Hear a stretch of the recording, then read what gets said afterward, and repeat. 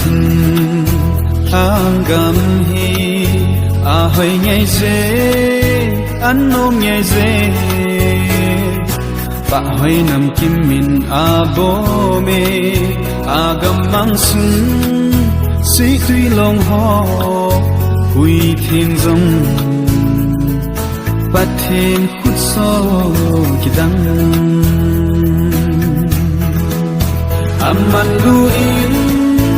aloupi ngei Pathen khutsoh hohi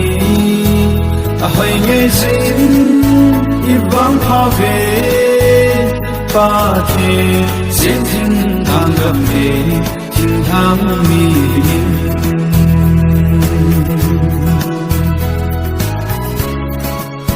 Jougil sunga zuleva Agam sunga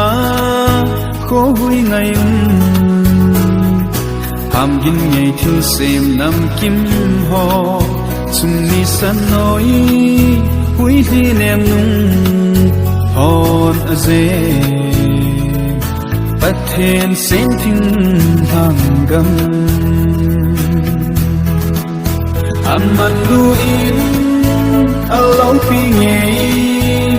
Pathen khutsoh hohi Ahoi ngei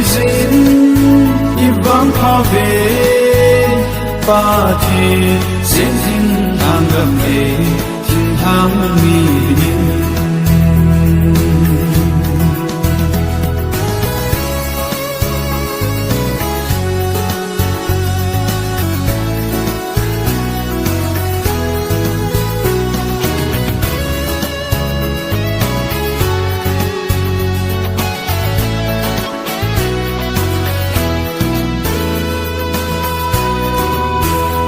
Agam sunga dấu thinh ho ammo lan thang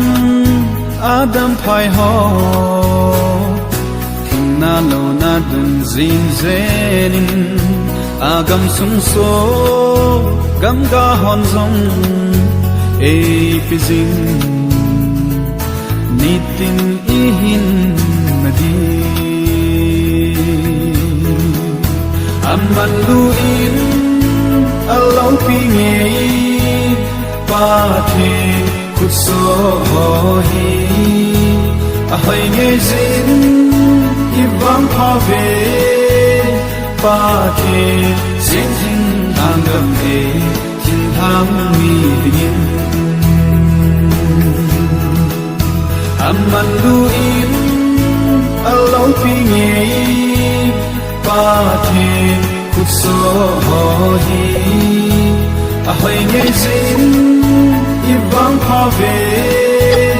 Pathen Thinglhang Gam Thinglhang